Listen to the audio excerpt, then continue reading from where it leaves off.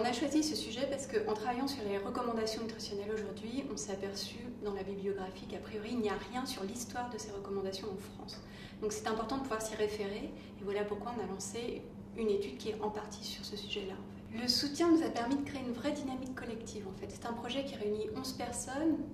une partie dans le laboratoire, une partie hors du laboratoire et donc ça permet de formaliser des discussions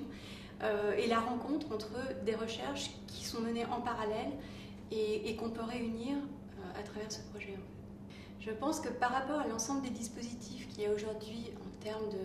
recommandations nutritionnelles, on va dire ça comme ça, je pense au PNNS notamment et tous les dispositifs qui se mettent en œuvre,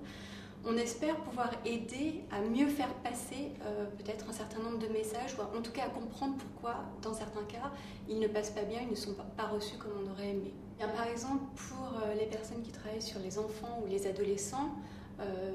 ils sont quand même un des enjeux majeurs maintenant des politiques en matière de nutrition par rapport aux questions d'obésité. Donc là, par exemple, il s'agit de comprendre vraiment qu'est-ce que ça signifie pour ces adolescents de manger, quelles sont les contradictions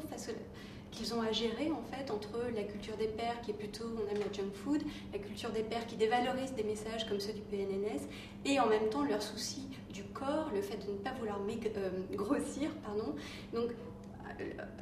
l'exemple, c'est voilà, de comprendre comment ces adolescents gèrent, par exemple, ces contradictions et comment les pouvoirs publics peuvent faire passer un certain nombre de messages en dépit des freins qu'il peut y avoir propres à la culture adolescente.